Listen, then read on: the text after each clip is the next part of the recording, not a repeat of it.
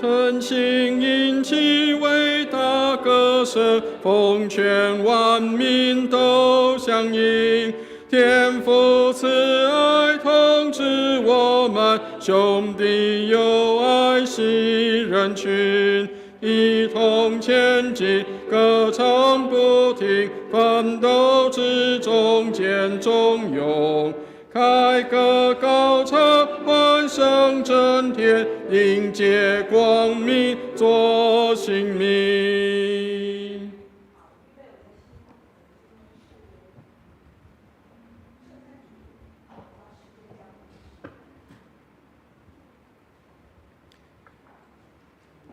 弟兄姐妹，让我们预备心来参加今天早上的崇拜。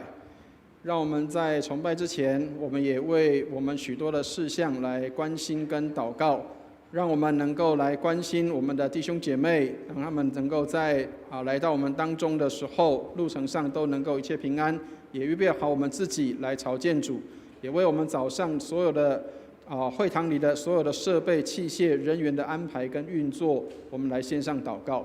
让我们一起来祷告。慈悲的天父，感谢你，你是我们的主，我们的好处不在你以外。谢谢你给我们有这样的机会跟时间，让我们能够在主日的清晨早上，让我们能够在这里一同欢庆来敬拜你，让我们的敬拜成为馨香的祭，献在你的坛前，愿蒙你的悦纳，愿你施恩来看顾，也为我们早上没有办法来到我们当中的弟兄姐妹，保守他们路程上或者是还没有办法来到我们当中正在赶路的弟兄姐妹，保守他们在路程上都十分的平安，让他们在路程当中有你的一路的看顾。没有办法来到我们当中的弟兄姐妹，也愿你与他们同行，纪念他们的工作、家庭生活或其他的辛劳的地方，让他们也能够在同一个时间，虽然在不同的地方，但是也跟我们一起来敬拜上帝。为我们所有的设备器械安排来线上祷告，让你圣灵运作在我们的当中。感谢你垂听我们的祷告，愿荣耀归给主，奉耶稣基督的圣名。弟兄姐妹，让我们预备心来参加早上的崇拜。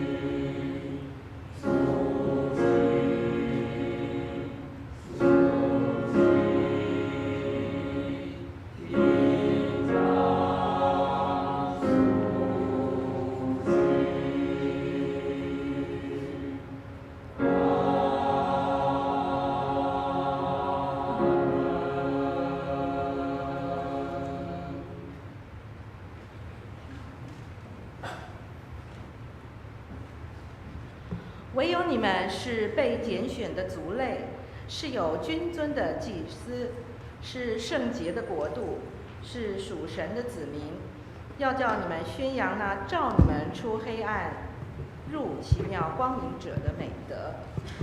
你们从前算不得子民，现在却做了神的子民；从前未曾蒙连续，现在却蒙了连续。弟兄姐妹，我们一同心来祷告。永在的上帝，全能的父，创造宇宙天地的主宰，我们今天在这个分别为圣的日子，要以崇敬和感恩的心来到你的圣殿敬拜你。我们要聆听你的话语，领受你的教导与赐福。我们也要与肢体弟兄姐妹一同来交通，在爱中互相的关怀，彼此勉励。我们愿意遵从你的旨意而行，在考验中来成长，为你做美好的见证，荣耀你的圣尊名。奉我主耶稣基督宝贵之名来祷告，阿们。弟兄姐妹，我们以新灵粮诗选第57首快乐歌来敬拜我们的主。新灵粮诗选第57首快乐歌，会众请起立。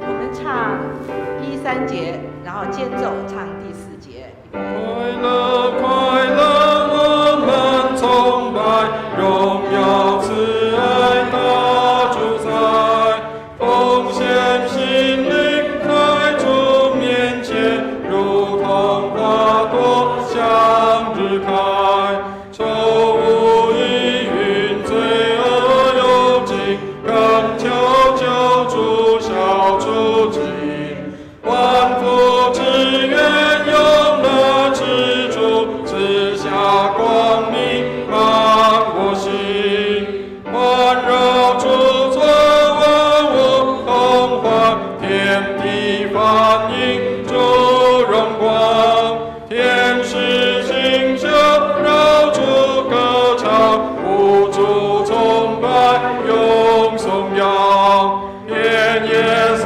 林低谷高山，青翠草原及海洋，情歌小鸟庆祝流泉，万人百出共欢唱，主好给予，主喜赦罪，永远祝福是恩惠，主是生命喜乐源头，自然安息最佳美，神是父亲，基督是兄，爱中生活皆主名，求叫我们相爱相亲，同享属神大欢喜。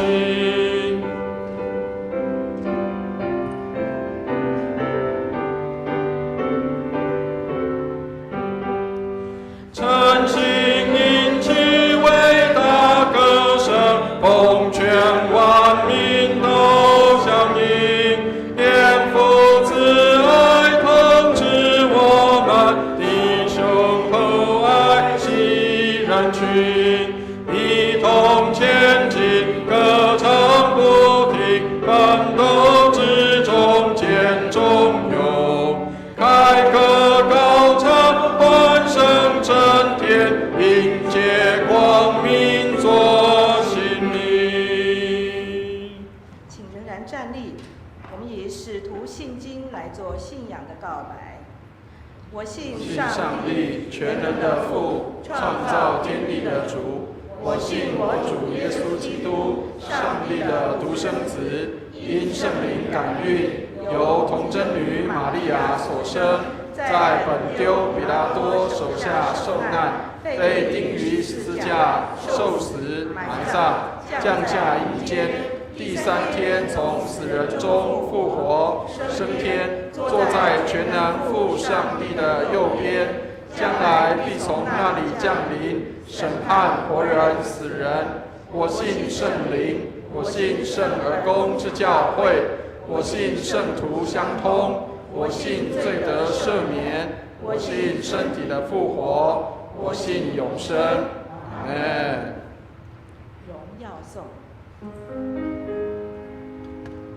但愿荣耀归于父子生命，父子生命。起初这样，现在这样，以后也这样，永无穷尽。阿门，阿门。请坐。我们以起应的方式来诵读上帝的话语，记载在诗篇第97篇。请看投影片思会与会众的起应和分配。诗篇第97篇：耶和华作王，愿地快乐。愿众海岛欢喜，密云和幽暗在他的四围，公义和公平是他宝座的根基，有烈火在他前头行，烧灭他四围的敌人。他的闪电光照世界。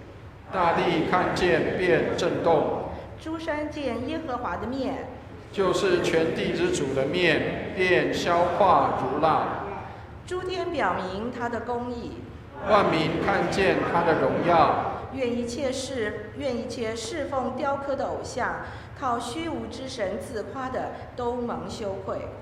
万神啊，你们都当拜他。耶和华，西安听见你的判断就欢喜，犹大的诚意也都快乐，因为你耶和华至高，超乎全地。你被尊崇，远超万神之上。你们爱耶和华的，都当恨恶罪恶。他保护圣民的性命，搭救他们脱离恶人的手，散布亮光是为义人，预备喜乐是为正直人。你们义人当靠耶和华欢喜，称谢他可纪念的圣名。愿上帝的话语常存留在我们的心中。我们一同来为以下的事件来祷告。我们为大西洋国家、北大西洋国家冰岛来祷告，愿基督信仰能进入生活文化中，国家百姓能更认识基督信仰。为台湾卫理公会北三教区永和天恩堂徐志强牧师，为教会奉献充足，教会在当地更加得人，牧者同工身心健康祷告。为世界战乱之地求平安，求主止息中东俄乌战争的战火和冲突，愿和平与平安早日降临。求主帮助我们在信仰中更加坚定，将从主而来的喜乐分享给周围的人，让我们在每一天里因着祷告经历主美好的同在。我们以主教导我们的主祷文来同声祷告。我们在天上的父，愿人都尊你的名为圣，愿你的国降临，愿你的旨意行在地上，如同行在天上。我们日用的饮食，今日赐给我们，免我们的债，如同我们免了人的债，不叫我们遇见试探，救我们脱离凶恶。因为国度、权柄、荣耀，全是你的，直到永远。我们现在一同来领受上帝的话语，由高佳锦姐妹来诵读今天的圣经经课。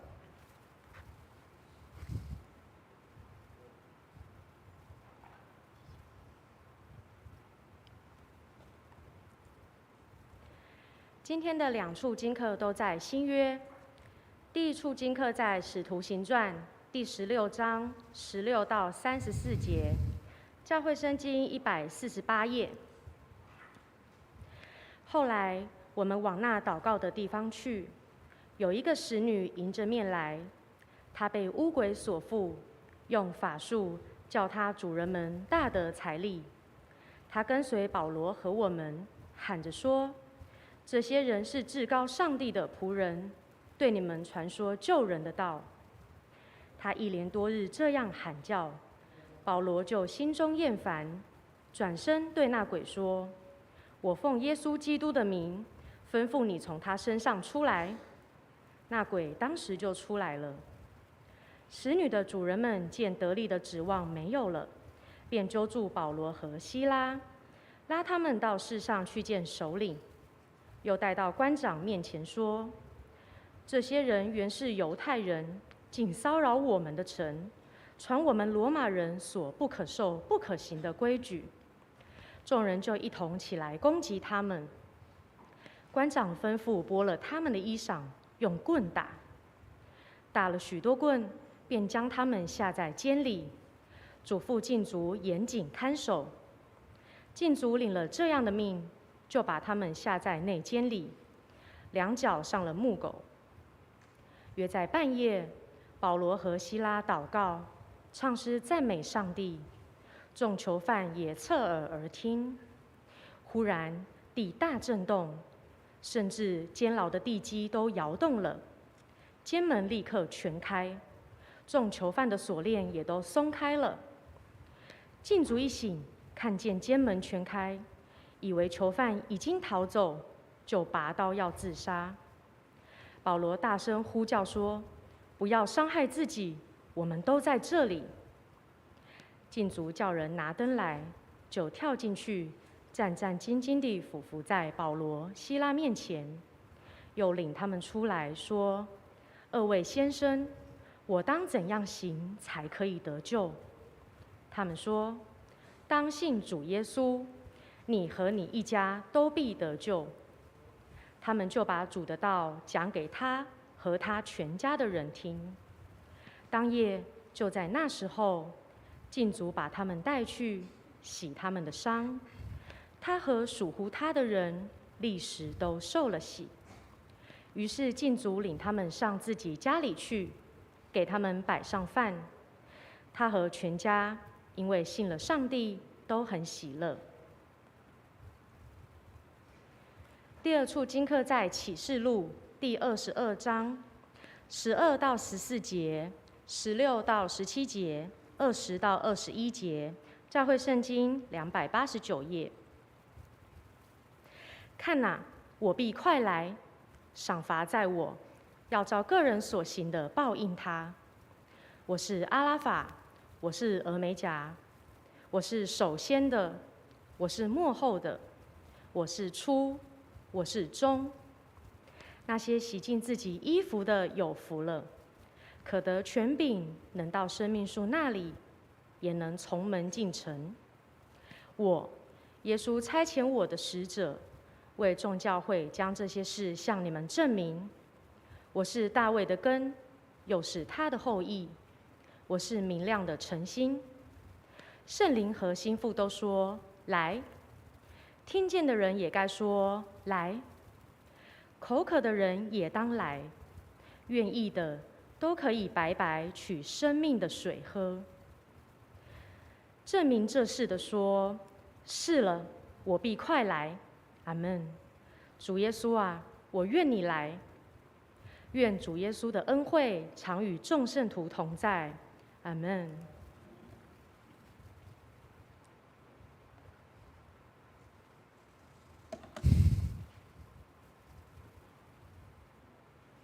请听上帝的话，记载在约翰福音17章20到26节。约翰福音第17章20到26节。我不但为这些人祈求，也为那些因他们的话信我的人祈求，使他们都合而为一。正如你父在我里面，我在你里面，使他们也在我们里面，叫世人可以信你差了我来。你所赐给我的荣耀，我已赐给他们，使他们合而为一，像我们合而为一。我在他们里面，你在我里面，使他们完完全全的合而为一，叫世人知道你差了我来，也知道你爱他们如同爱我一样。父啊，我在哪里，愿你所赐给我的人也同我在那里，叫他们看见你所赐给我的荣耀，因为创立世界以前，你已经爱我了。公义的父啊，世人未曾认识你，我却认识你，这些人也知道你差了我来。我已将你的名指示他们，还要指示他们，使你所爱我的爱在他们里面，我也在他们里面。以下由教会诗班献诗，在这时刻。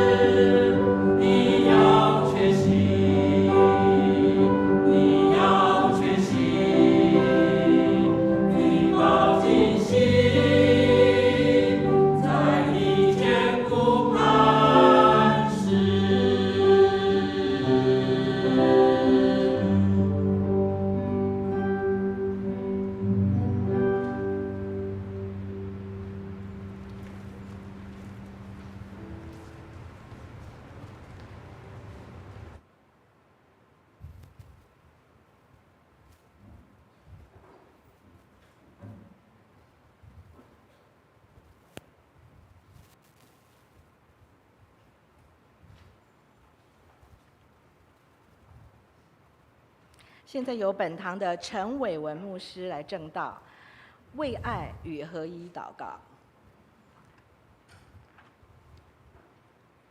在这时刻，弟兄姐妹，我们端午节的假期刚过，今天是最后一天，不知道大家是不是家里吃了很多的粽子？那吃了很多粽子之后，总是要有一些清爽的食物来帮助我们能够做一些身体的调节。那但是各位有没有想过，如果在你的灵魂里面有很多的那些的杂七杂八的东西，很混乱的时候，有没有哪一个时刻，有没有哪一个时间，是让你可以让你的灵魂清醒，或者是让你的灵魂可以稍微可以得到复苏恢复的时候？上帝帮助我们做礼拜的时候，就是这个时刻。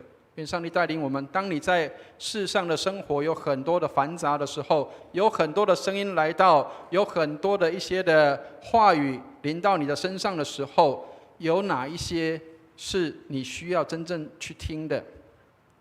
上帝帮助我们，当我们不知道方向在哪里，不知道怎么做的时候，有上帝的话引导我们，让我们可以在做礼拜的时候可以来亲近上帝。愿上帝来带领。刚讲到端午节，各位知道台语这个端午节要怎么讲，知道吗？好，还好，我们大家都非常的厉害啊。我们的这个正式的台语的那个端午节叫做五日节啊。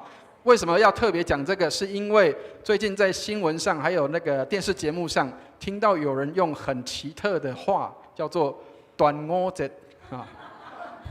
怪怪的，好，其实不是端午节哈，还有人说什么肉粽节啊，这个都是这个叫做一般的这个讲法了哈。当然，因为可能是粽子吃很多，但是真正的这个叫做端午节的这个台语叫做五日节啊。为什么？因为刚好是农历的5月5号啊。那当然也有说这个叫做，因为从那个饮食就是有这个12地支里面的饮食往前算的话，刚好5是在第5个位置，所以有人用这样来说，是这个叫做5月的第5号5日的时候就是端午节。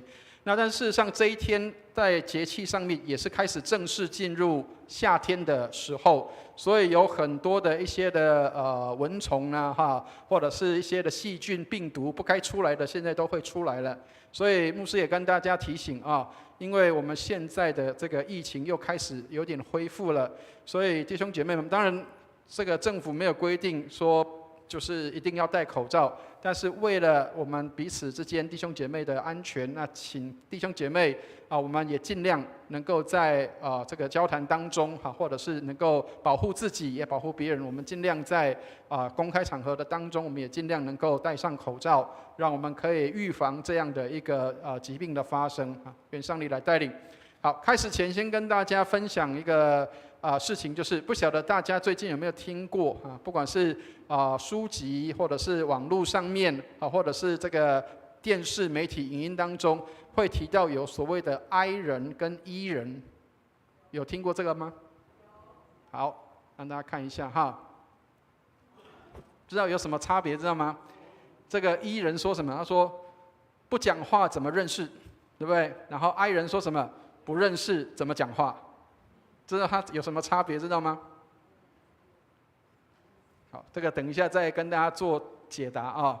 好，这个 I 人跟 E 人，这个是一个心理测验哈，它就是来分析说你是叫做内向型或者是外向型的。好，各位知道外向的人会比较倾向是哪一种人知道吗？E 人，对，叫做不讲话怎么认识，所以他很喜欢跟人接触，接触就可以有讲话的机会。但是 I 人是什么？叫做比较内向的，内向型的人，他就是这个不认识，我跟你不认识，我怎么跟你讲话？好，所以各位知道，其实每一个人都有不同的个性跟性格，有的人他是要熟悉他才会讲话。有的人是哇，不管谁我都可以跟他有很好的接触，所以教会里面有很多不同各式各样的人，所以千万不要以为说好像这个人他怎么都闷闷不讲话，有时候可能需要互相的帮助一下。有的人他是比较含蓄的，内敛的，或是比较闷骚的啊，那我们就要可能比较主动的去跟人家接触。那但是呢，有的人他很喜欢讲话的当中，我们也不要以为哇，好像这个啊，认为这个用不好的词叫做花蝴蝶啊，到处跑啊，这个千万不要这样哈。我们能够有不同的个性跟性格的人，在教会里面是很蒙福的。上帝帮助我们，让我们每一个人的个性都能够被发挥出来，能够彼此的扶持跟帮助，让我们在教会里面，我们能够成为合一的团体。愿上帝来带领。好，我们一起举起圣经来祷告，愿上帝的话进入我们心中，成为我们的帮助和力量。如果你有圣经，请举起圣经；如果没有，手机请转到这个圣经软体上哈。好，我们请举起圣经，我们一起来念这个祷文，一起念经。这是我的圣经，他说我是谁，我就是谁；他说我拥有就拥有，他说我可以就可以。今天神的话要来教导我，我诚心悔改，我心里警醒，我灵谦卑受教，我就不再一样。奉主耶稣基督的圣名，阿们。弟兄姐妹，我们在教会里面有一个词是常常会读到的，或是常常会讲的，或是大家都比较喜欢或是习惯听到的，因为常常会说，就是我们要彼此相爱啊，我们要合一。可是各位知道，其实最常讲的东西就是最做不到的事情，能够了解意思吗？最常讲的事情就是最做不到的事情啊。所以各位知道，我们在教会里面，很多人以为是这个图啊，有没有看到吗？各位，你们的左手边这个图知道是什么吗？很多人认为彼此相爱和睦，应该就是哇，头上有光圈，对不对？然后大家彼此和睦和好，好。但是各位知道，其实真正的在教会里的生活是什么？是各位的右边这边是什么？很多次啊，很多次。但是很多次的当中，你要能够去接纳别人的刺，别人也在接受你的刺。所以，亲爱的弟兄姐妹，彼此和睦和好，不是因为你没有问题，你没有刺，而是我们能够包容跟接纳。亲爱的弟兄姐妹，千万不要以为教会里面，台语讲叫做气牙牙，知道那个意思吗？刺猬啊，刺猬是什么？就是你有很多的刺，你可能跟别人相处的时候，别人可能需要包容你的这些的刺，但是你也可能需要包容别人的刺。所以，亲爱的弟兄姐妹，这才叫做和睦跟合一。不是我们好像都很完美、很完全，其实我们还在施工中。各位知道什么叫施工中？知道吗？有看过人家外面在铺道路的时候，会告诉你说：“请稍待，我们正在施工中哈。”然后请大家要耐心等候。我们的成圣的路其实是一段很漫长的道路。为什么？因为个性脾气要改是很困难的。各位有听过这个华语的成语，有句话讲叫什么？叫做江山易改，本性难移，对不对？换了再多的总统，这个国家还是这样子哈。然后换了再多的政治人物，国家还是这样子。为什么？因为很难的，很难的。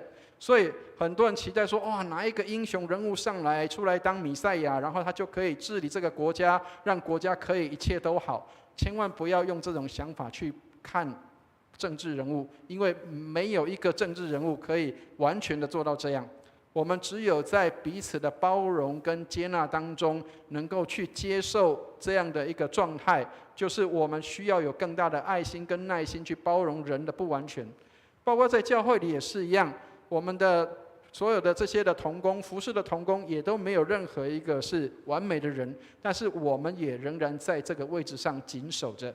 上帝帮助我们，让我们能够在服事当中，我们也彼此的包容跟接纳。也许每个人意见不一样，每个人的想法是不同的，也许有很多人的就像刺一样，但是彼此能够包容对方的刺。求主来帮助我们，让我们也可以成为这样的一个美好的一个团体。愿上帝来带领。好，所以各位知道今天的圣经里面出自福音书里面约翰福音的17章。好，那请大家记得约翰福音17章整章都是耶稣的祷告。那这个祷告是什么祷告？是合一的祷告。什么叫合一的祷告？是因为耶稣要上十字架之前，耶稣在为他的门徒祷告，为这些门徒的门徒祷告。这些门徒的门徒就是我们，了解意思吗？我们就是这个门徒的好几代的啊。但是呢，各位要知道一件事情是，整个约翰福音17章是耶稣为合一还有为着爱来祷告的。好，那各位可能会不太了解，为什么耶稣要花这个一整章的段落，要来为他的这些门徒来祷告。好，各位有上过成人主日学，让大家猜一下哈。各位知道耶稣有几个门徒，知道吗？12个，对不对？好，各位知道12个门徒当中，我不会考你们那个哪一个人名字要12个背出来，不用啊。但是各位知道，其中每一个人的职业、每一个人的工作是不一样的，其中也包括政治的那个想法是不一样的。各位有听过里面12个当中有一个叫做奋锐党的西门吗？啊，各位知道奋锐党西门是做什么用的？知道吗？奋锐党就是用我们现在的话来讲，叫做革命党。知道吗？就是专门去暗杀官员的，啊，这个有听过清朝那种这个政府官员出来的时候，然后就会有革命党去刺杀他的那个叫做这个奋锐党啊。好，但是各位知道，耶稣的12个门徒当中有一个他是做官的，知道是谁？知道吗？马太啊，马太是做官的，对不对？他是税吏，他是帮忙收税的国税局的官员。好。可是你知道，各位知道，耶稣出去差人出去的时候都是什么？两个差出去，对不对？你可以想象有一天，耶稣如果想到了，然后让马太跟奋锐党的西门一起出去的时候，你知道会发生什么事情吗？不知道两个人政治立场是不一样的。亲爱的弟兄姐妹，在我们的团体里面，怎么去表达那个合一？我记得我在桃园牧会的时候，我们有2个师母哈，这2个师母，一个是牧师的师母，一个是不是我的师母，是一个退休牧师的师母啊，另外一个是这个消防局的局长的太太啊，她也是这个在学校里面教这个消防的。好，然后呢，这2个人都是师母，可是2个人政治立场是完全不一样的，一个是蓝色的，一个是绿色的。可是亲爱的弟兄姐妹，当然很多人会说，哇，选举到了，各自有自己的拥护者，对不对？但是他们的彼此之间非常的客气跟和好，为什么？因为虽然有各自拥立的这个政治立场，但是只要在教会里面，他们2位是彼此合一的服事。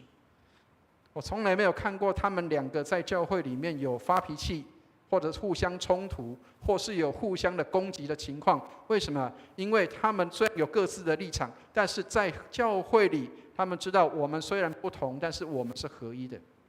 亲爱的弟兄姐妹，合一是最不容易的事情。好，所以我们来看一下20节的地方，我们一起来念一下圣经20节的地方，我们一起来念一下，一起念来。我不单为这些人祈求，也为那些因他们的话信我的人祈求。亲爱的弟兄姐妹，耶稣不但是为这些人，这些人是谁？是门徒。耶稣为这些门徒祈求，他说还为什么？为那些因他们的话信我的人祈求。各位，这个因他们的话信我的人祈求这一句话，因他们的话信的人是谁？知道吗？谁是因他们的话信的人？知道是谁吗？我们啊，我们就是这些因门徒的话信的人啊。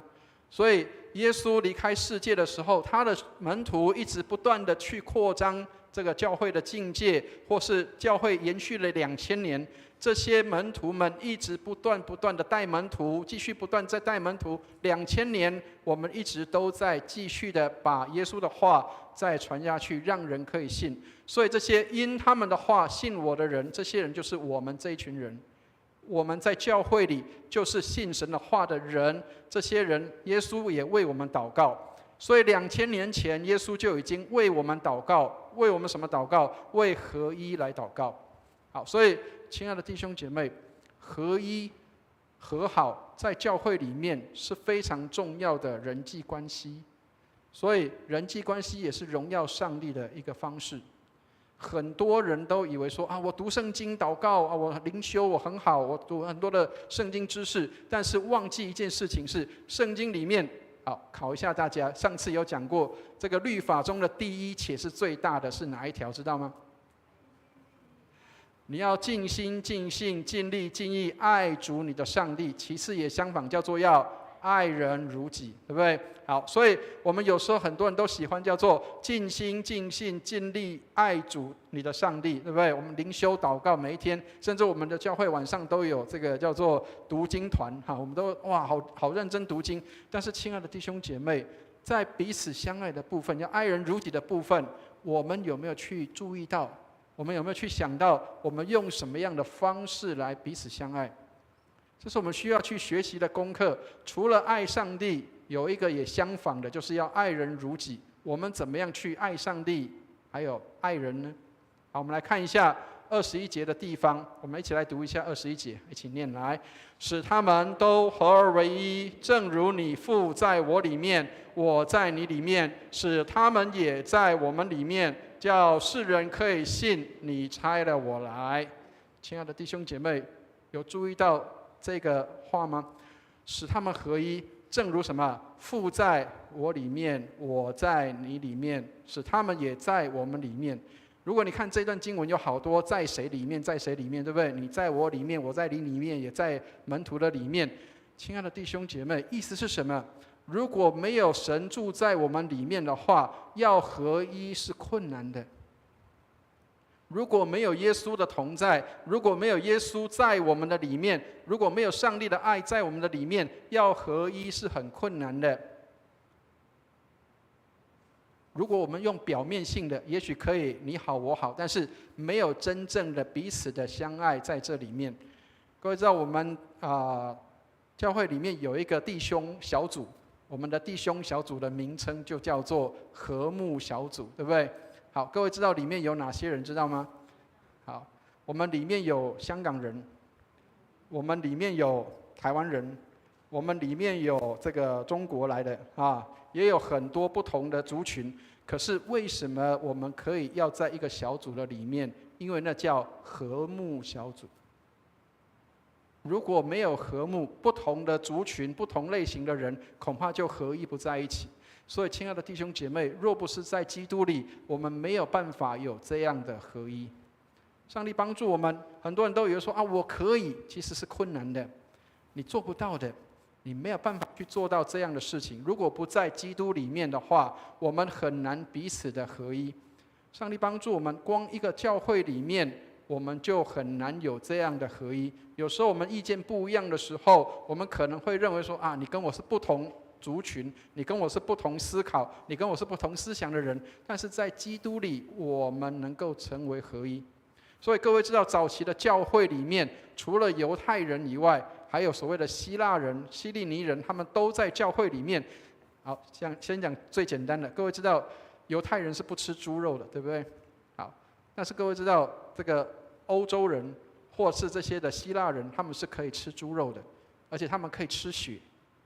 各位知道我们台湾有很好吃的东西叫猪血糕，知道吗？好，如果今天是在犹太会堂里面，哇，你如果吃这个东西，你恐怕就会逐出会堂。为什么？因为犹太人是不能吃血的。好，但是呢，很奇妙的事情就是，耶稣基督来之后，不管我们在哪一个族群，我们是谁，哪一个族群里面，在基督里，我们却可以成为一个合一的团体。好，我们来看一下，我们真正渴望的是与基督建立个人的关系，使我们不再干渴。当有基督在我们生命里面的时候，让我们的人际关系不会再变成是那种叫做好像很硬的，让我们可以成为为彼此而接纳。每一个人的想法、意见不一样，但是我们在基督里可以彼此接纳的。好，我们来看22节的地方，我们一起来念一下22节，我们一起念来：你所赐给我的荣耀，我已赐给他们，使他们合而为一，像我们合而为一。亲爱的弟兄姐妹，合一要在基督里，如果不是在基督里，我们就无法合一。然而能够合一的时候，就有神的荣耀在我们当中。所以这里说，你所赐给我的荣耀，我已经赐给他们。有神的合一在我们里面的时候，就有荣耀在我们的当中显现。耶稣说，有2、3个人同心合意在这里祷告，他就在我们的当中。所以亲爱的弟兄姐妹，我们合一在基督里的时候，这里就是基督的教会，这里就是与基督合而为一的。所以耶稣说：“我常在你们里面，你们也常在我的里面。”所以，亲爱的弟兄姐妹，耶稣若常在我们当中，耶稣在我们里面的话，那么我们应当就有这样属神的荣耀在我们当中。好，所以我们来看一下以弗所书4章的第3节，合一是要努力的哈。我们来看一下4章3节，我们一起念一下这一节圣经一起念来：用和平彼此联络，竭力保守圣灵所赐合而为一的心。亲爱的弟兄姐妹，竭力知道是什么意思？知道吗？竭力是什么意思？知道吗？用尽一切的力量，就是要合一。用尽一切的力量，就是要合一。各位知道这个孔老夫子曾经有讲过一句话，叫什么？一言兴邦，对不对？一言什么丧邦？意思就是你讲一句话，有可能会让这个团体会连结在一起，但是也有可能那句话会让团体会分裂。所以竭力的意思是什么？用尽一切的力量，合而为一。合一是属上帝的，分裂是魔鬼的。所以魔鬼常常用分裂的方式来攻击教会。然而教会需要谨慎的是，我们需要合一在基督里。如果没有合一在基督里面，那么我们可能处在一个危险的状态里。我们来看一下23节的地方，我们一起来念一下23节，一起念来：我在他们里面，你在我里面，使他们完完全全的合一，叫世人知道你差了我来，也知道你爱他们如同爱我一样。亲爱的弟兄姐妹，这里说我在他们里面，你在我里面，使他们完完全全合一。然后他说在爱里面，知道你爱他们如同爱我一样。所以在基督里，基督在我们的里面，才使我们能够有充足的爱，能够彼此相爱，也才能够合一。所以各位，如果我们当中缺乏爱，如果我们当中没有爱，如果我们当中没有合一，那表示神就没有在我们的当中。所以为什么我们说要竭力追求合一，就是要让圣灵在我们的当中做工，让我们合在一起。而那个合在一起的关键，是因为有爱在这当中。没有上帝的爱，没有办法合一；有上帝的爱，才能够有合一。但是这个莱尔这个牧师他讲得非常清楚，各位，真理要生出爱来，才能够合一。所以他说，没有真理的和睦是一个虚假的和睦，是魔鬼的和睦；没有福音的合一是毫无价值的合一，是地狱的合一。亲爱的弟兄姐妹，和睦跟合一不是靠着谁要听谁的话或者是谁要这个去这个只单这个谁做这个指挥者命令他合一才能够合一，不是的，真理才是合一的关键。能够合一是因为有真理的合一，没有福音的合一也是虚假的。跟各位分享一个实际的案例曾经有过一次在一个也是在教会里面服事的时候，因为在服事上总是会有一些冲突跟摩擦。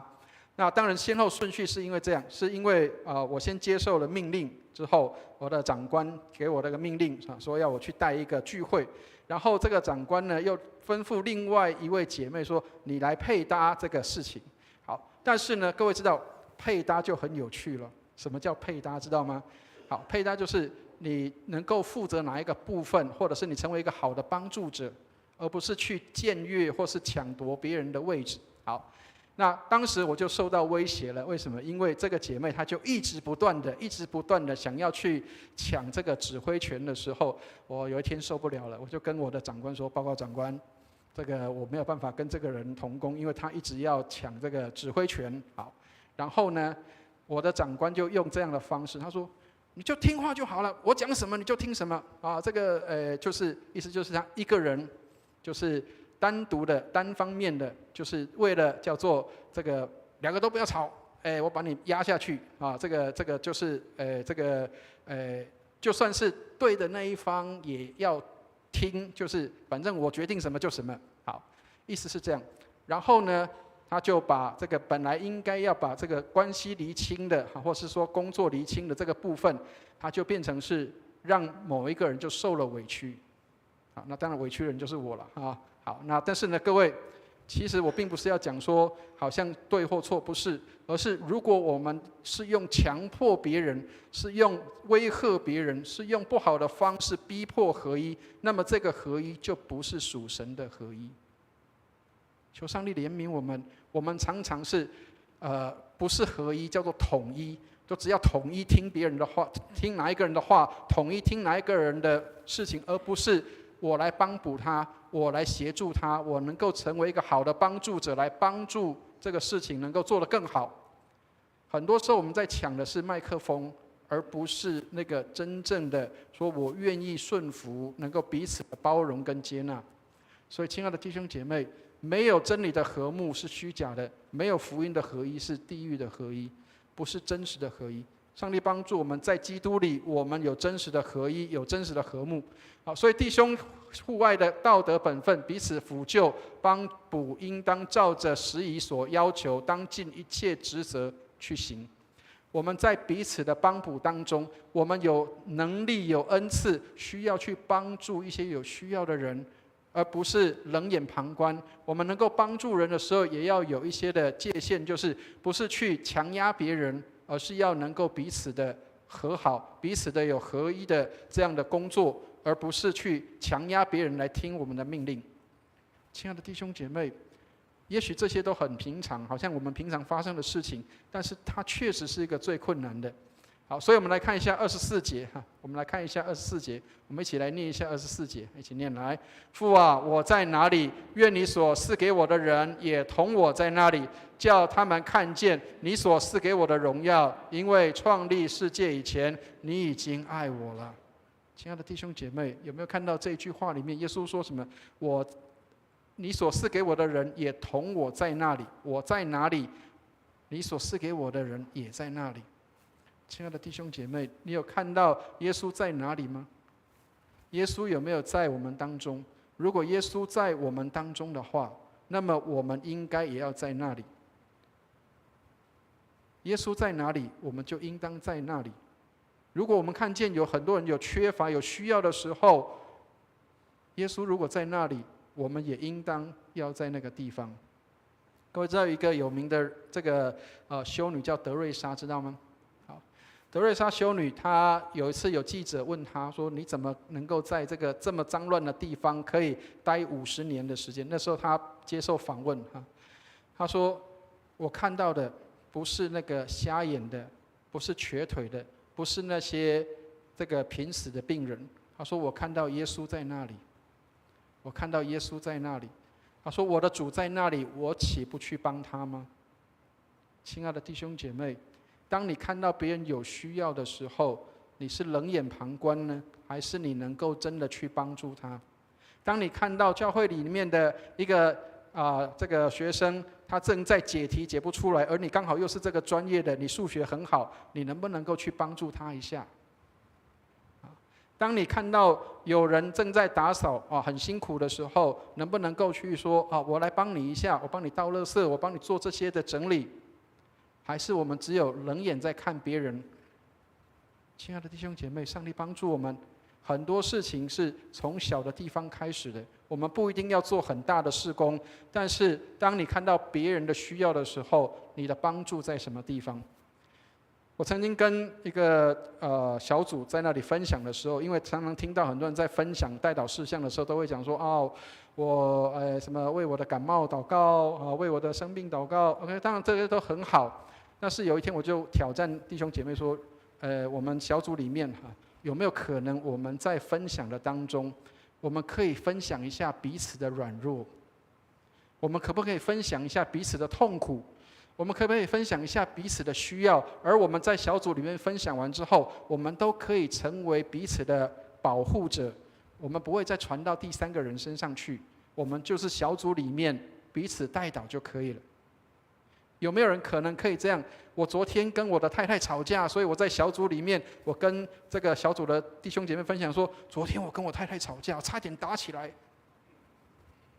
有没有人可以告诉你的组员说，哇，我昨天赌博赌了1个晚上，哇，这个输了几10万。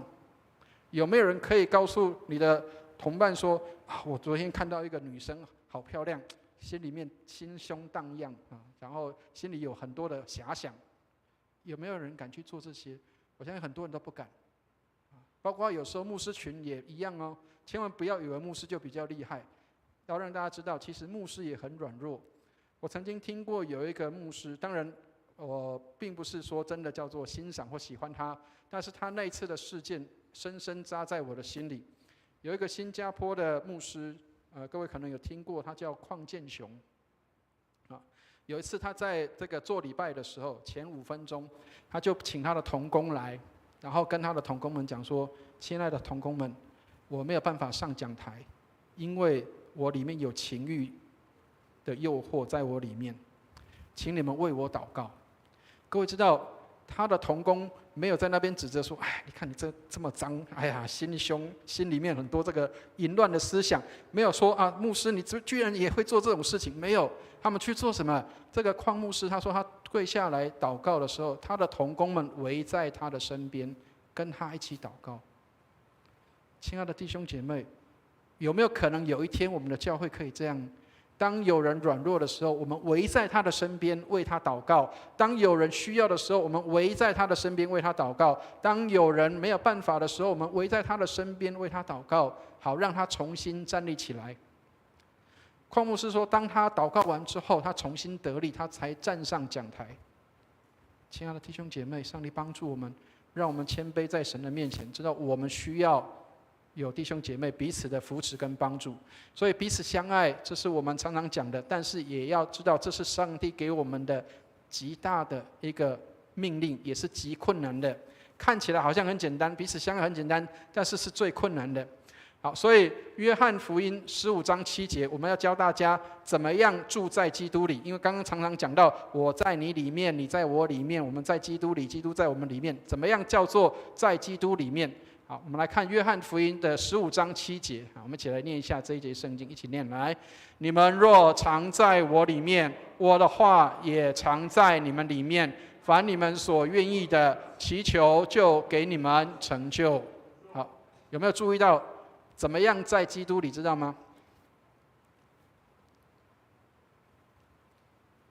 这个小抄就在上面了，没有看到吗？你们若常在我里面，他说什么？我的话也常在你们里面。亲爱的弟兄姐妹，为什么你要读圣经？因为读圣经把上帝的话放在我们里面，我们才能够在基督的里面。如果你没有神的话在里面，有没有一句话讲叫做“书到用时方恨少”？好像应该要想起那段经文，但是就是想不起来那个是什么。好，所以亲爱的弟兄姐妹，主的话藏在你里面，圣经的话、上帝的话藏在我们里面，我们就确认我们在基督里面。亲爱的弟兄姐妹，当你需要的时候，上帝的话就在你的里面就显出来了，就会告诉我们应该怎么做。很多人说我听不到上帝的声音，因为你没有把上帝的话放在里面。耶稣说：“你们藏在我的里面，我的话也藏在你们里面。”所以，亲爱的弟兄姐妹，圣经的话不是虚假的，是真实的。你要在基督里，你就是让上帝的话藏在你的心里。好，所以我们来看一下26节，我们来念一下26节，一起念来：我已将你的名指示他们，还要指示他们，使你们所爱我的爱在他们里面，我也在他们的里面。亲爱的弟兄姐妹，我们在神的爱里，神的爱也在我们的里面。他说：“我已将你的名指示他们。”圣经里面有太多讲到上帝的名字，当上帝的名在我们的里面的时候，他使他的爱在我们的里面，我们也在他的里面。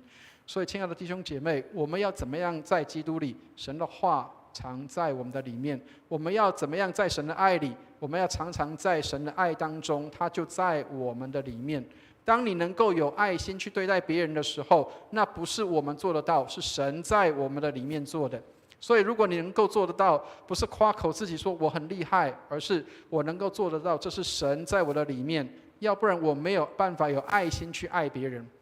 好，所以教会里面我们也要开始去注意到，不是只有神际关系，我们跟上帝的关系也要注意人际关系。最好的改变是从改变自己的态度做起，不是只有要求别人要改变。所以教会里面改变是每个人都需要的，让神的爱保守我们的心，有时候我们常常可能会因为冲动，会因为有时候会讲一些话不得体，会伤害别人。但是彼此包容跟接纳，在主的爱里面，因为上帝帮助我们，让我们在神的爱中彼此接纳，彼此接纳对方的不同，还有不一样的地方，还有彼此有刺的地方。好，所以今天的经文给我们几个提醒：第一个，应当时刻在基督的爱里，我们应当时刻在基督的爱里。怎么样来领受真理？最能够领受真理的方式就是爱。爱上帝的时候，你就能够接受上帝的话在你的心里面。好，所以箴言里面也常常提醒我们：爱能遮掩许多的罪啊！不要论断人，就不会被论断；不要定罪人，就不被定罪；饶恕人，就会蒙饶恕。当你能够更多的愿意去饶恕别人的时候，神的饶恕就在我们的当中。当你能够去爱别人的时候，爱能遮掩许多的罪。上帝帮助我们，让我们可以在爱中彼此接纳。当我们看到在教会里面，或是在我们的人际关系当中有很多不完美的地方，那表示我们需要更多付出爱的时候，那么只有耶稣的爱在我们的里面，才能帮助我们能够学习彼此包容跟接纳。所以刚刚讲了，我们每个人都是刺猬，有很多的刺，但是只有耶稣在我们的里面，才能够彼此包容跟接纳。好，第二个，我们应当竭力的追求主里的合一。在基督里，我们应当合一。在基督里，我们要寻求那个叫做追求，意思就是你要用尽心力的、尽你所能的去追求这样的和睦跟合一。愿上帝帮助我们，让我们能够学习知道怎么样去面对冲突，还有解决冲突。他说，基督徒成不成熟，关键是在于懂得在主里怎么处理冲突，而不是我们没有冲突。很多时候有冲突，但是我们在主里，我们要学习怎么样去解决冲突。好，有一个人叫做卡内基，我不晓得大家认不认识，或者有听过。好，他这一句话蛮好的，他说：如果你是对的，就应该要试着温和的、技巧的让对方同意你。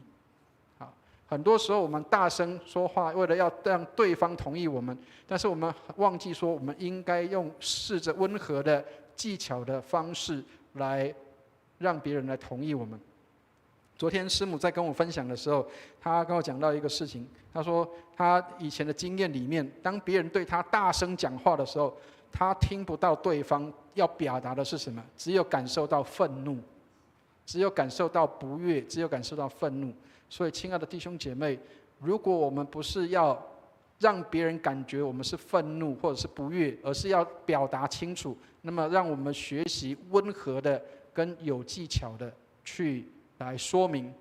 好，第三个，我们应当常常为爱与合一来祷告，求主帮助我们。祷告是不可缺的。好，所以亲爱的弟兄姐妹，牧师还是要鼓励大家，我们能够更多的来祷告。礼拜四晚上我们有祷告会，但是这个远远不够啊！我们时常小组聚会的时候就要祷告，在任何地方的时候，包括我们在办公室的同工，我们来到礼拜堂里面，第一件事情不是马上拿起笔来，或是拿起这些的上电脑去做事情，而是让我们先能够有一起祷告，或是我们有灵修祷告的时间，让我们常常为爱跟合一来祷告。所以祷告不是可有可无的，圣经里面告诉我们说，要为万人祷告、恳求、祷告跟代求。提摩太前书2章1节，为万人恳求、祷告跟代求。当我们在工作前，我们为我们的公司祷告，为我们自己工作祷告，也为我们身边的弟兄姐妹来祷告。这是我们可以做的，这是我们可以做的。也许你不一定可以上台有好的歌声可以唱诗，也许你不一定有技巧可以弹琴，也许你不一定有很好的这些的这个解经的这个能力或是技巧，但是你可以为每一个人祷告。祷告是上帝给每一个人的权柄，我们都可以有这样的机会，为别人来恳求、祷告跟代求，还有祝谢。我们也可以感谢上帝有哪些人他们有很好的成绩的时候，我们也可以感谢上帝。所以告诉主，他必垂听，他必爱护，他必懂得，他也必接受。上帝帮助我们，让我们把一切的需要带到主的面前来。好，所以最后要鼓励大家，就是让我们常常为他人祷告，为别人来代求，甚至要为你的仇敌来祷告。最后跟大家分享这个实际的案例啊，当然我不希望大家会碰到这样的事情，但是我要跟大家讲，这个是我自己实际上碰到的。我在桃园的时候，我的教会的同工，某一位同工，他常常攻击我。我所谓的攻击我，就是也许因为我的年资比较深了，比较高，虽然还算年轻，但是年资比较深了，所以他常常在开会的时候，有意无意的就大声的，甚至让很多人都听到：“哎呀，牧师，你的薪水太高了，哎呀，我们这个很难养你啊，很难养你。”其实当然，我常常心里面会有难受，就是我并没有多取或多要，因为这个是总会给我们的一个薪资的一个规定，它是管财务的。好，那当然我也知道教会有困难，因为教会是小教会，没有办法有这样的状况。好，所以我也接受这个事实。好，所以那我也为了这个体谅同工们的辛劳的缘故啊，然后这个我就主动跟这个同工说，我就搬到这个房租比较少一点的那个木宅去啊，从那本来13000块搬到9000块，每个月帮教会省4000块钱这样子。好，然后呢，我们这个同工还是不依不饶的，他还是跟我讲说，牧师，我们没有这个案例，说搬家要帮你搬家，要有搬家费用，所以要搬家的话你自己这个处理啊。好，那当然我也要把它忍耐下来哈。但是你知道，在那个开会的当中，因为我们教会有爱宴，那个时候有爱宴，可是你知道我心里面在嘀咕什么吗？我心里面在嘀咕说：主啊，你知道他现在手上拿的那一份三明治，是我的钱呢。那么教会没有钱，教会没有这些的经费可以使用，那些钱从哪里来？牧师自己掏腰包，甚至是我还记得那一天是我跟我们家师母，我们做了30份的那个叫做吐司，火腿蛋吐司。我煎15个，我们家太太煎15个，然后我们就做火腿蛋吐司，要给那个就是大家可以会后分享。然后会后开执事会的时候，我们这个姐妹就跟我讲说：“哎呀，牧师，你的薪水太高，哎呀，我没有搬家费给你这个事情。”心里面很难过，我心里面想说：“天哪，你手上的那个是我的，是我的。”我没有办法讲出来。教会，各位真的。我们的教会是富到流油的，各位知道布道所里面真的是很穷困的，所以没有行政费用，全部的费用都几乎从我这里出来的，心里面很难过。可是各位知道，圣经里面说要爱你的仇敌，为你的仇敌祷告，对不对？好，各位知道，当我在读这段圣经的时候，我心里面好难过。但是上帝说你要爱你的仇敌，为你的仇敌祷告。各位知道我怎么祷告，知道吗？我花了1个礼拜的时间，然后跟上帝祷告。我说当然要原谅他对我的冲撞，但是我跟上帝祷告说：上帝啊，我知道你是无所不能的，我希望你可以做一件事情，就是让我的搬家费用从那个这么抠的这个姐妹的身上自己拿出来，而不是动用教会的经费。你知道这个是很困难的。对不对？最困难的应该就在这里，他怎么会自己拿钱出来给我去搬家呢？好，各位，我已经祷告了1个礼拜，你知道上帝是怎么回应我的祷告吗？当我那一周主日崇拜完的时候，我们这个姐妹她递上了1份奉献给我，然后她跟我讲说：牧师，我跟你说，我在屏东我们有一个房子出租成功了，然后我的先生跟我讲说，我们的第1个月的这个薪水。第1个月的房租，我们应该奉献回教会来，所以我就把这个奉献就带回来教会。刚好你要搬家，所以就给你做搬家费用。各位知道那笔费用多少钱？知道吗？刚好就是我的搬家费，12000块。上帝是信实的，为你的仇敌祷告。你知道，当我看到那句话的时候，我说：主啊，我实在是没有办法为他祷告。他攻击我，公开场合攻击我，怎么有可能呢？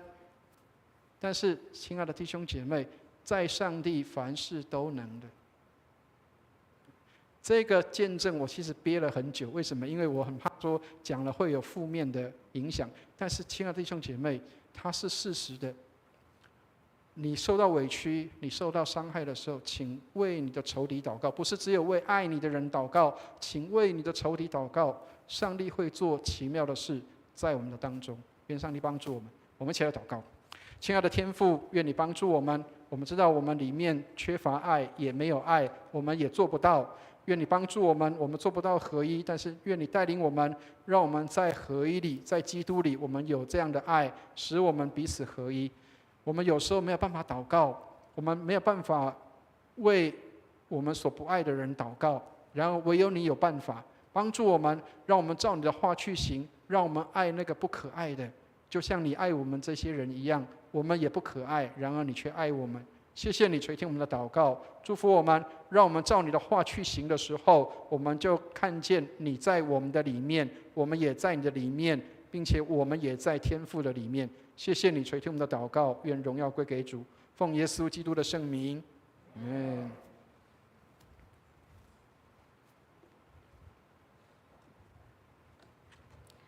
我们谢谢陈牧师为我们阐述神话语中的启示与真理。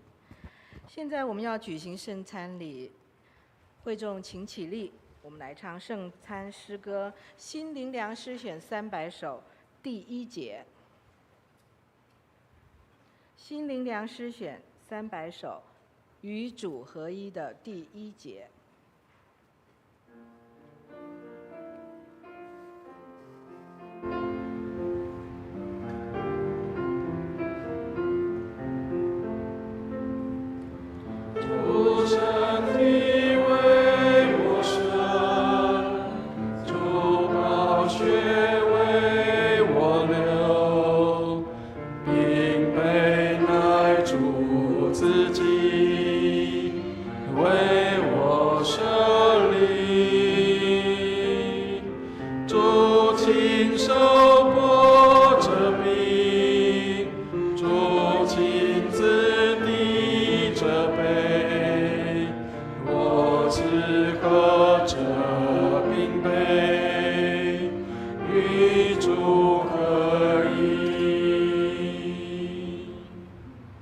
姐妹请坐。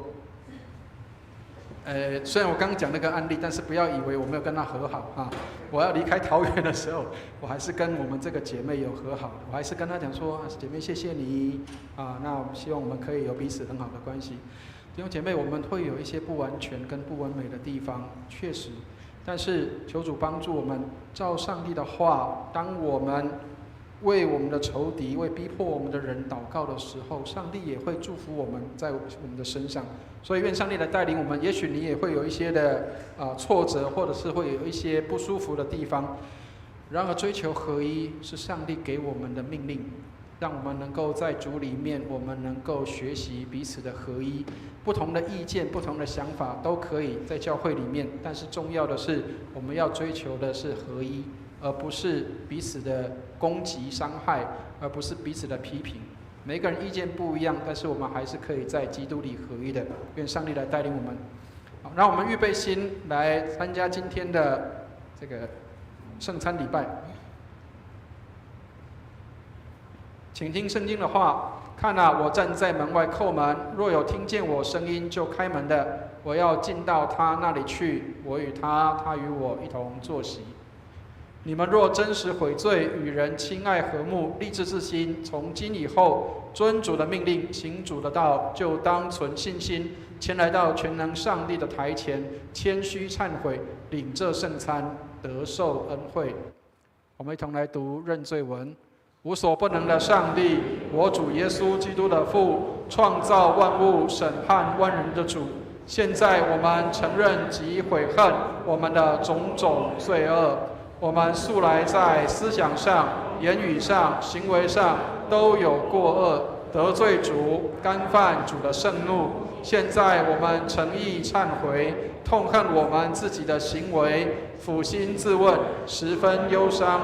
求慈悲的父怜悯我们，为主耶稣基督赦免我们从前的罪，又赐恩典，叫我们从今以后改过自新，遵主的圣意，永远服侍主，将尊贵荣耀归于主的圣名。这是靠我主耶稣基督求的，阿们。请听解罪文。无所不能的上帝，我们的天父，主曾发大慈悲，应许将赦罪的恩赐给诚心悔罪、真实信靠主的人。现在求主怜悯我们，赦免我们，救我们脱离一切罪恶，激发我们，坚固我们，使我们勇于为善，能得永远的生命。这是靠我主耶稣基督求的，阿们。请听圣经上对谦卑懊悔的人所说的话。若有人犯罪，在父那里，我们有一位中保，就是那义者耶稣基督。他为我们的罪做了挽回祭，不是单为我们的罪，也是为普天下人的罪。我们来读心中仰望文。你们心里当仰望主，我们当感谢我主上主。无论何时何地，感谢主圣父无所不能、无始无终的上帝，这是理所当然的，也是我们本分所当做的。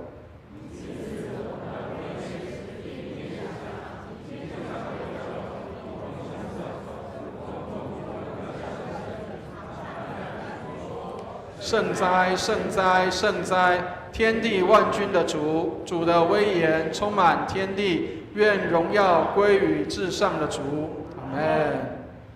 无所不能的上帝，我们的天父为要救赎我们，曾发大慈悲，使独生圣子耶稣基督在十字架上受死。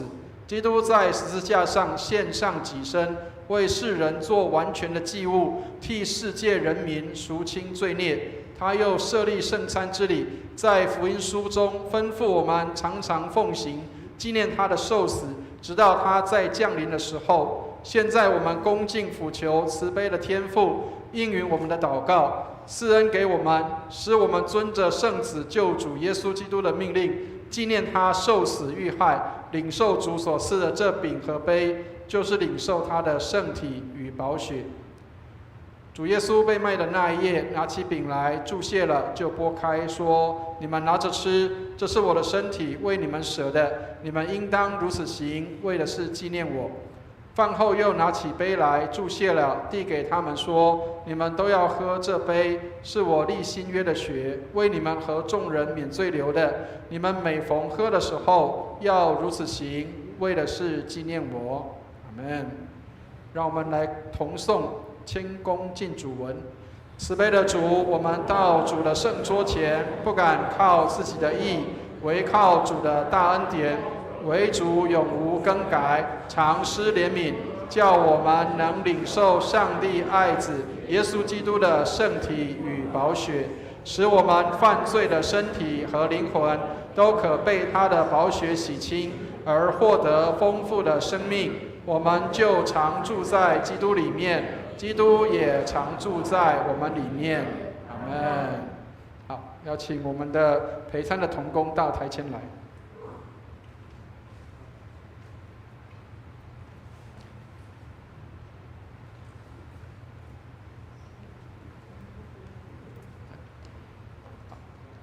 弟兄姐妹，如果我们已经受洗归入主的名下，让我们就预备来等一下，在我们的陪餐同工就位之后，我们就来领受这个饼杯。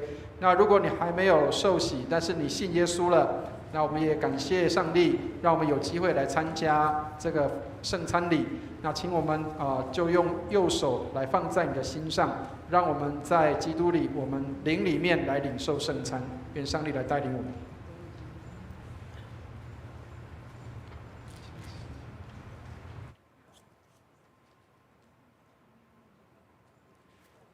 请各位放心哈，我们在发的时候，我们会给我们的同工戴上手套，还有喷上酒精。那领的时候沾了杯，然后我们就直接吃然后就回到自己的位置上。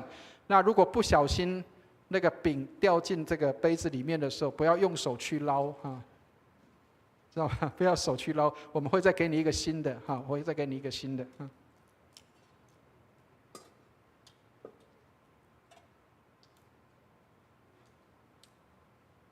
献给你。主耶稣的身体为你舍的，保守你十分的平安。耶稣的身体为你舍的，保守你十分的平安。耶稣的身体为你舍的，保守你十分的平安。耶稣的身体为你舍的，保守你十分的平安。耶稣的身体为你舍的，保守你十分的平安。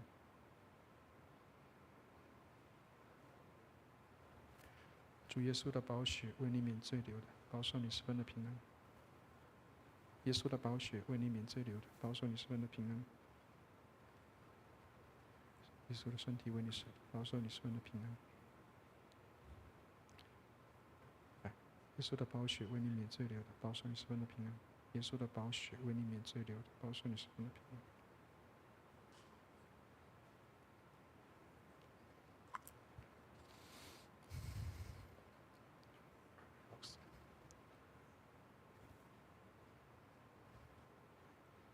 谢谢，谢谢。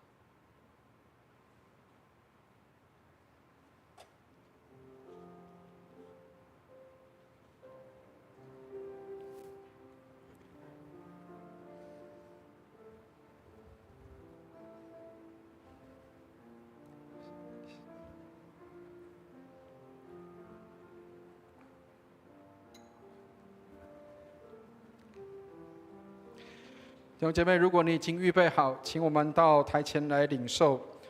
我们恭敬到主前，谦卑来求上帝的恩典。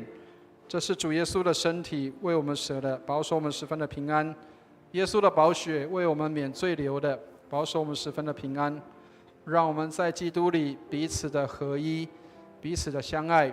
也许里面有一些你无法爱的人，你觉得很困难的，那么让上帝的爱在你的心里，使你有充足的爱，能够去爱那个不可爱的人。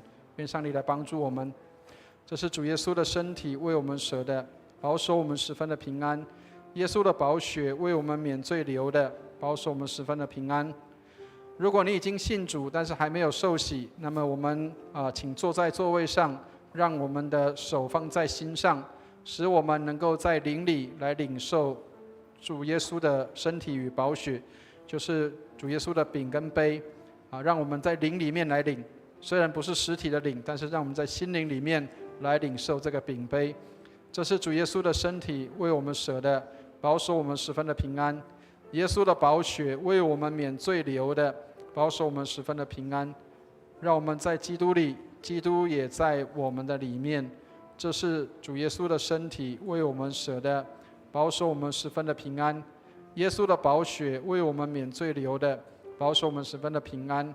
当我们回到座位上的时候，让我们能够来为这些我们心里面所挂念的人来祷告，为我们的家人，为我们的心中所思念的，或是我们所爱的这些的我们的弟兄姐妹，或是我们的朋友家人，我们为他们来祷告。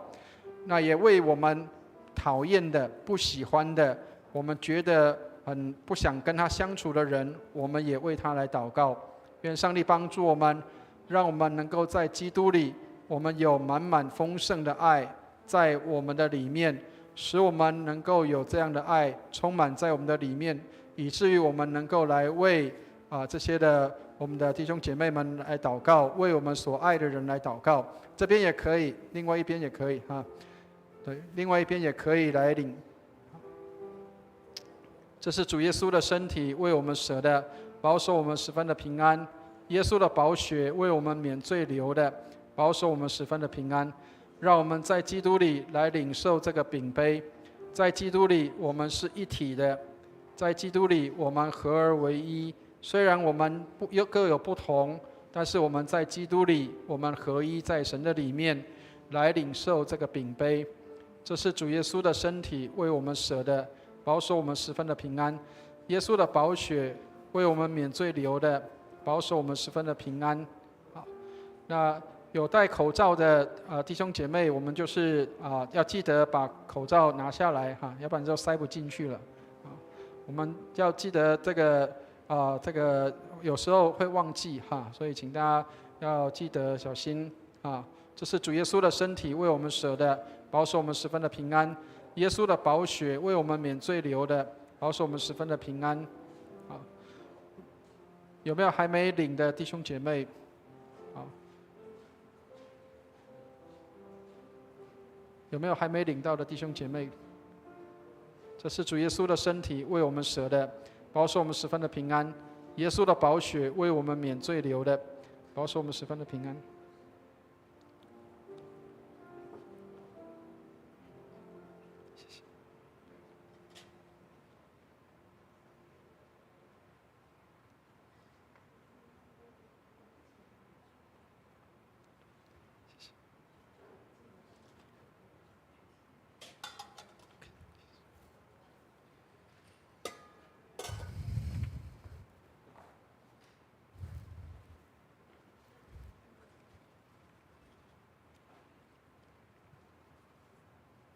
以前的圣餐饼是一大块的，所以我们是掰开来给大家的。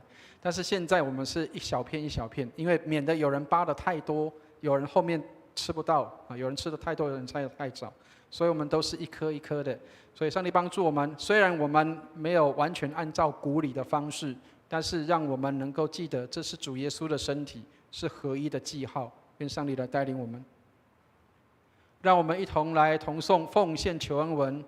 赞美和感谢主，借着主耶稣基督的舍身流血，我们得蒙赦罪与诸般的恩赐。现在将我们自己献给主，做合宜清洁的活祭，恳求主使我们得蒙主的大恩鸿福。我们罪恶深重，原不配来献祭于主，但我们求主接受我们区区的至诚，因为主耶稣基督饶恕我们的过犯，所以唯有求主欢喜悦纳。不要计算我们的行为，但愿尊贵荣耀归于无所不能的圣父、圣子、圣灵三位一体的主，永世无尽。阿们。好，我们圣餐礼到这里。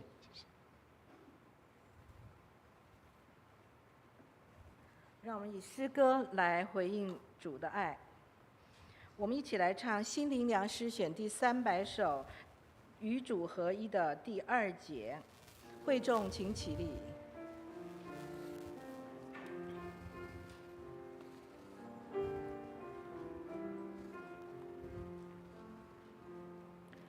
我与主同定死，不再受罪辖制，想罪我难以死，却想主活。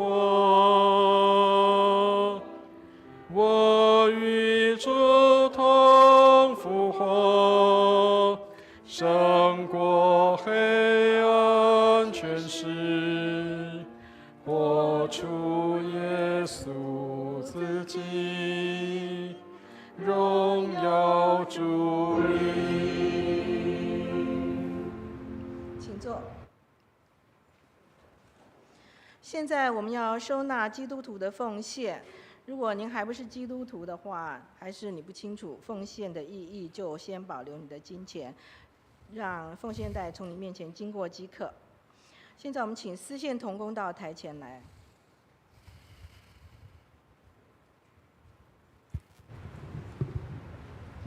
万物都是从主而来，让我们以感恩的心来回应上帝的爱。我们一起来祷告。赏赐丰富的主，万物都是从你而来，我们把从你而得的献给你，尽我们的心思力量奉献金钱，愿教会用于各样事工及宣扬福音，使之用得合宜，使众人得着益处，复兴教会，荣耀你的圣尊名。如此祷告是奉我主耶稣基督的名，阿们。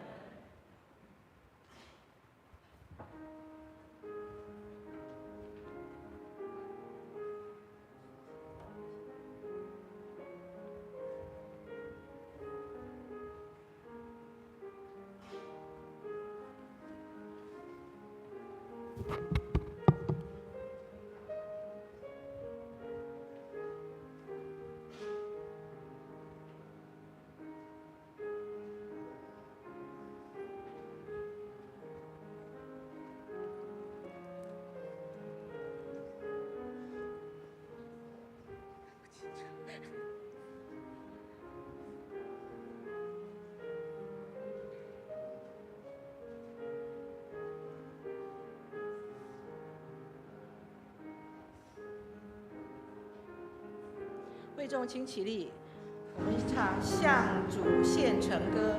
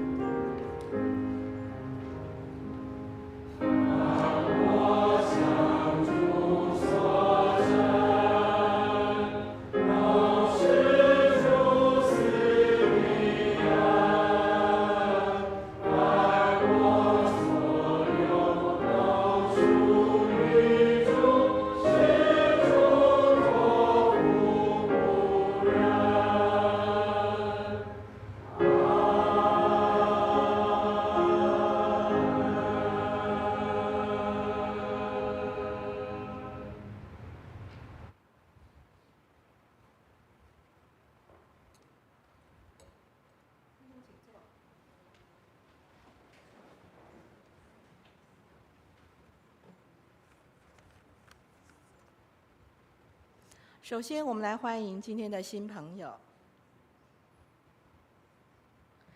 邱家伟、李丽清2位，欢迎你们，欢迎你们，请坐。我们非常高兴，他们是上网看见我们教会的讯息来找到我们的，非常欢迎你们，一次欢迎，永远欢迎。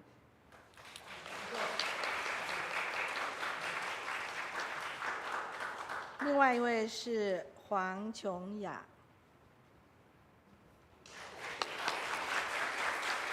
是方正全介绍的，你顺便方正全一起站起来，让我们认识你们一下。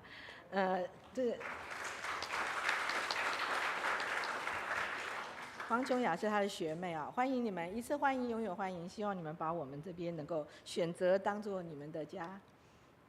现在我们来唱《我们都是一家人》。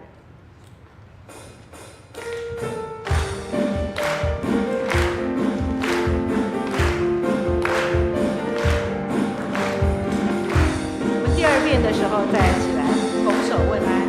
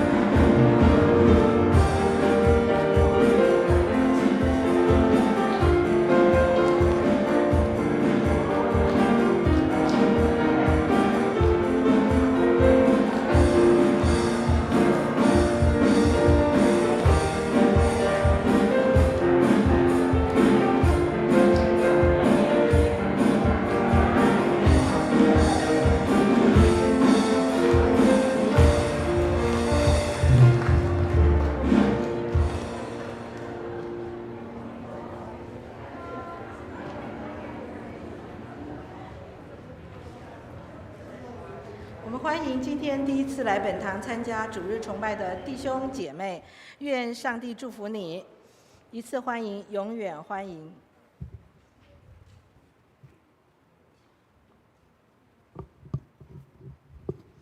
我们今天是6月份的圣餐主日，那么主后有60周年各单位的实际模拟演练，请服侍的同工能够留步参加练习。我们成人主日学今天停课1次。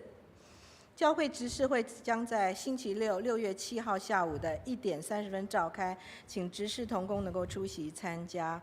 教会教育部门2025年敬拜音乐研行6月7号早上10点到下午3点，在高雄卫理堂举行，请报名参与的弟兄姐妹能够留意时间，准时参加。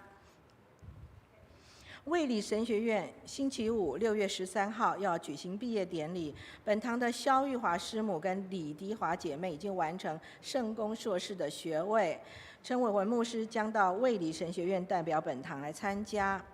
6月14号是陈淑妍传道完成圣光神学院的道硕学位，他将在武昌教会举行毕业典礼，潘辉珍传道会代表本堂去参加，请为毕业的同学祝福，并为他们将来在侍奉工厂上面为主来使用来祷告。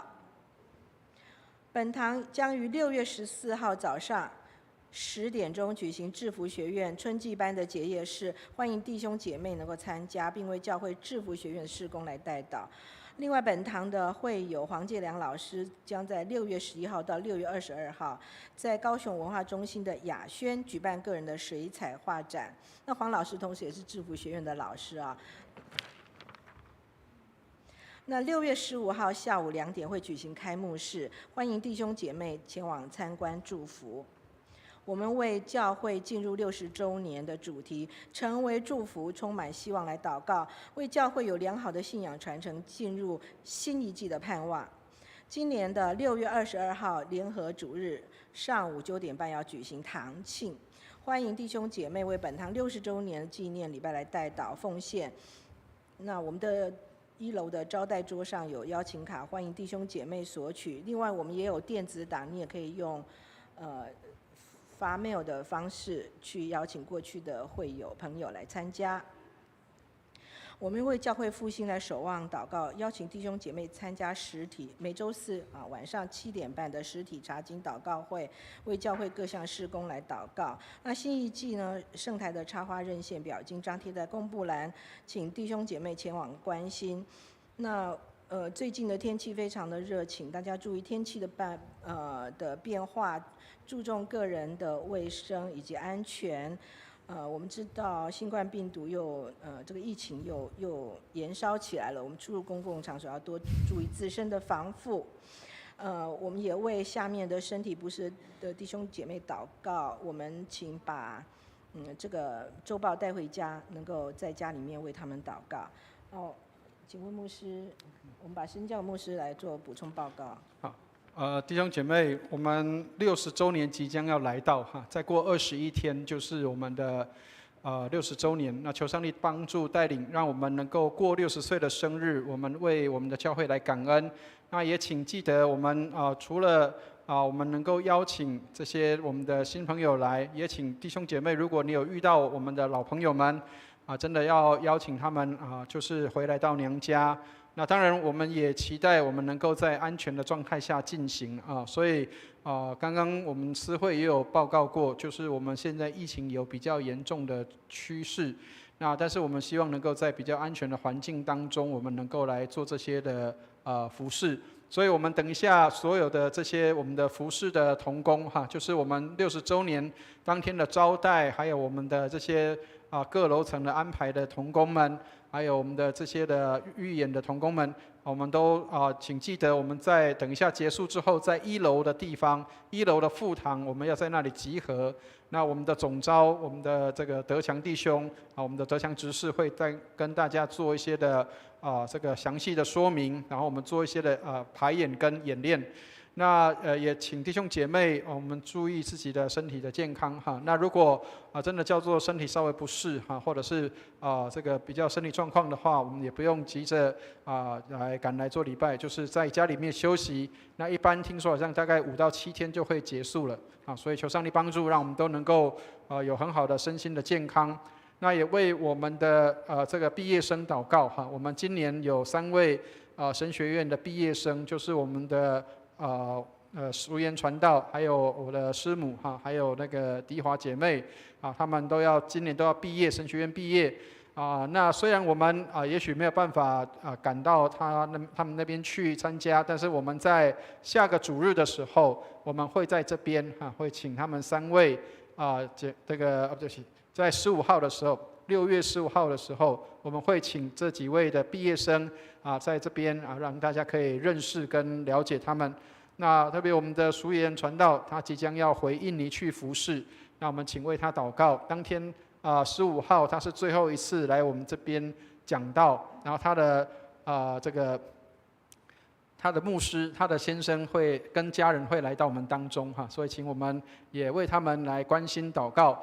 那当天我们的执事会来欢送，那其他各小组请个别安排时间如果需要跟他有送别的时间有这样的一个安排的时间的话请各小组自行来做安排跟处理那我们当天的话13号是我会去台北的卫理神学院会去参加毕业典礼，然后14号是我们的辉真传道会过去参加圣光的毕业典礼。那愿上帝祝福我们，让我们的教会能够不断的生产这个传道人，能够到各个地方来服侍。愿上帝来带领。以上，谢谢。弟兄姐妹，请起立，我们来唱3-1颂。普天之下，万国万民，齐声赞美父子圣灵，三位一体，同荣同尊，万有之源，万福之本。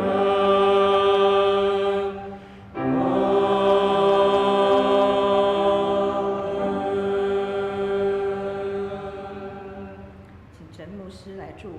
弟兄姐妹，我们一起来领受祝福。慈悲爱我们的天父，感谢你，让我们能够在基督里，基督也常在我们的里面。你的话是灵，是生命，进入我们的里面，使我们连结于主，有爱和生命在我们的里面。愿我主耶稣基督的恩惠、天父上帝的慈爱、圣灵的感动与交通，常与我们众人同在，从今时直到永永远远。阿们。阿门颂。